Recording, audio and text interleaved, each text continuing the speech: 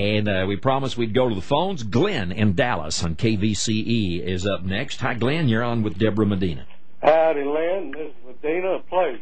Thank you, Glenn. I'll tell you, ma'am, you can't win in the primaries, and I'm sure not going to carry the water for Rick Perry. I think Lynn knows me well enough that I ain't lying about that. And I'm sure going to vote for Perry over Kay Bailey. And, ma'am, this Willingham case follows a similar pattern I've seen before in regards to politics and the death.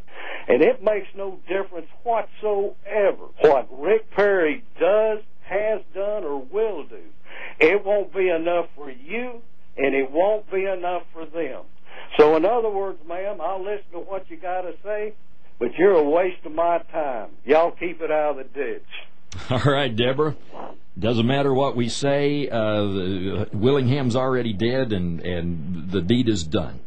Well, I think, as we've talked about before, we have a duty to people in furthering justice to make sure that we study the process, and there's too much objective evidence to say that there are problems within criminal justice. We've had DNA evidence and other evidence. That's why that commission was created. We're looking at justice. Lynn, you and I have talked about that's the primary role of government, is to ensure justice, make sure that these laws are administered fairly, apply equally to all. The legislature created that commission in 2005 as a result of a fair amount of evidence that we had some problems within criminal justice and within the labs, making sure that the science and technology that's being used in the court is accurate. Well, but yes, but on the other hand, this Cameron Todd Willingham case is now being used to oppose the death penalty totally. And you said earlier for the death penalty. I believe Willingham's mother is now out leading some kind of a major effort to abolish the death penalty. Now you've got a liberal Democrat, Mark White, coming out against the death penalty.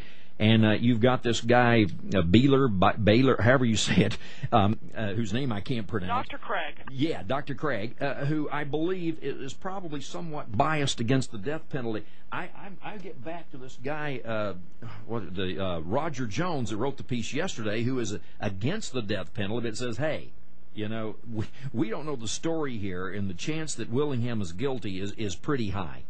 I think, given Governor White's service to Texas, we want to listen to what he has to say, but you've got the current Democrat gubernatorial candidates out supporting the death penalty and saying basically the same thing. We need to let the process work. We need to let the commission do its work. Yeah, but there is no serious Democrat running for governor, right? Who do you think? Well, Tom Schieffer, nobody's ever heard of him. Kinky Friedman's a comedian, and there's some other guy who I can't even name. Right, I agree with you. There is no serious candidate running for governor. There's just nobody there that has. Look, whoever wins the Republican primary is going to be it. Now, let's address what Glenn said. Glenn said he was fairly frank. He said, you're a waste of my time. What he meant was, and I know Glenn is one of the most courteous, nice, gentlemanly people you'll ever meet in your life, even though I've never met him in person. What he meant was your candidacy is not going to topple Rick Perry or Kay Bailey Hutchison. Now, on the other hand, Deborah, things are happening, and they're happening fairly rapidly. Kay Bailey being wishy-washy, as I said in the morning news, and the Willingham case. Does your candidacy have a chance? We really believe our candidacy is winning, and we think that even the statistically valid polls show that. Every poll that's been done says Kay or Rick or somebody else, and somebody else wins. I am that somebody else. People do not want a Governor Perry or a Governor Hutchison in 2010. They want somebody else. Debra Medina is out there, and there are gals all over Texas who are saying, I'm so excited. Not only, do I have somebody else to vote for, but I have somebody else who agrees with me, who thinks like I do, and who I'm excited to support. When's the last time you were excited about a candidate? Not just voting for somebody because they were the lesser of two evils, but because you believed that in that candidate you had a champion of the people, and that's what we're feeling all over Texas. I am so privileged to be carrying that banner, but I am one of you. I'm fighting hard for Texas, and there are gals everywhere. We've got news cameras following us around now and print media following me around now at every event. I'm in West Texas this week and having tremendous turnout and lots of enthusiasm and support for the campaign. People are putting shoe leather and elbow grease to this race, and we are going to win in March of 2010. All right, 10 seconds, we'll go to break, but we'll come back. We have some more calls. How is fundraising? Fundraising is probably the slowest thing we've got. And as I said, I know everybody is facing tough economic times. If you're able to help support us, that's terrific. Shoe leather and elbow grease go a long way, and we're very appreciative of that, and we're getting lots and lots of that. All right, Debra Medina, folks, I am not yet through. I want to talk to Debra about K. Bailey Hutchison and earmarks, and we'll do that on the other side, and our... Okay, folks, let me ask Debra Medina one question, then we'll go to the phones, and that is about this flap that's going on between the Perry camp and the Hutchison camp about earmarks. Apparently, she has brought back $8.6 billion for Texas military bases, transit projects, research, and other causes over the last 6 years, and Perry has excoriated her about that, but then she comes back and releases letters from Texas agencies, including those of Perry, saying, hey, please go out and get this money for us. So what do you think about earmarks, Debra? Political posturing by both. The governor has boasted himself about bringing home earmarks to Texas. The real issue here is our dependence on Washington, D.C., and leadership in Texas would be fighting for our sovereignty and stopping the bleeding. We need the money not to be going to Washington in the first place so that we're having to beg to get it back in Texas. We need to look at getting the Attorney General and the Comptroller engaged on keeping those funds here in the first place. How can we do that? There is no compunction on the part of Washington that I can see to leave our money here. They want it, so they can give it back to us, pat themselves on the back, give part of it to lobbyists, whatever.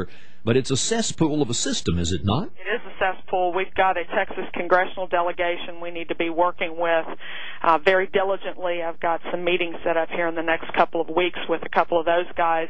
They're interested in state sovereignty, and Texans need to be reaching out to our state reps and to our congressmen and saying, we want to be sovereign. Stop this hemorrhage. Help us figure out how to do it. Bring some bright legal minds. We've got the brightest in the country right here in Texas. We're capable if we'll have a champion that'll step out and call for that.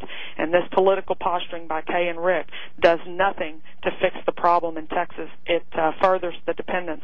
We want some independence here and some state sovereignty, and that's what I'm working for. All right. We'll go to the phones now for the remainder of our time with Debra Medina, and I'll ask you to keep it short and have a question for Debra if possible. And let's start with Mike in Crane, Texas. Hi, Mike. Thanks for calling. Hi, Lynn. Good show. Good morning, candidate Medina. Good morning, Mike. I'd like to know two quick questions. One question is what's your thoughts on illegal immigration and immigrants that are here now? And two, what's your worst criticism of Governor Perry and what he's done in his tenure as governor? I'll hang up and listen. I think that all Texans are interested in seeing a secure, controlled border and a legal immigration process through the legal ports of entry. I'm in West Texas this week and looking forward to meetings with a number of guys on the Texas border, specifically talking about what Texas ought to be doing. We've had a lack of coordination between the state of Texas and local law enforcement. I want to see that improved, and I'm looking forward to meetings in El Paso on Thursday and Friday in that regard. Lots of room for criticism of the governor. I'm not sure that I can point to one thing. I think the thing that Texas most needs to be concerned about is the state of our financial health. We are $31 billion in debt. That has tripled under the leadership of the governor, and we have just about maxed out our constitutional debt limit ceiling here in Texas. Most Texans aren't aware of that because as CEO, he's failed to give us an accurate assessment of our financial state. Well, but we're told, Debra, that we are in better shape than any other state. Is this not true? That is probably true, but we're headed down the same path that many of them have by tripling our debt and by maxing out our credit limit. We are at 4.27% of our maximum 5% constitutional debt limit ceiling. That's 85% gone, and that's occurred predominantly under Governor Perry without him bringing word of that to the Texas taxpayer.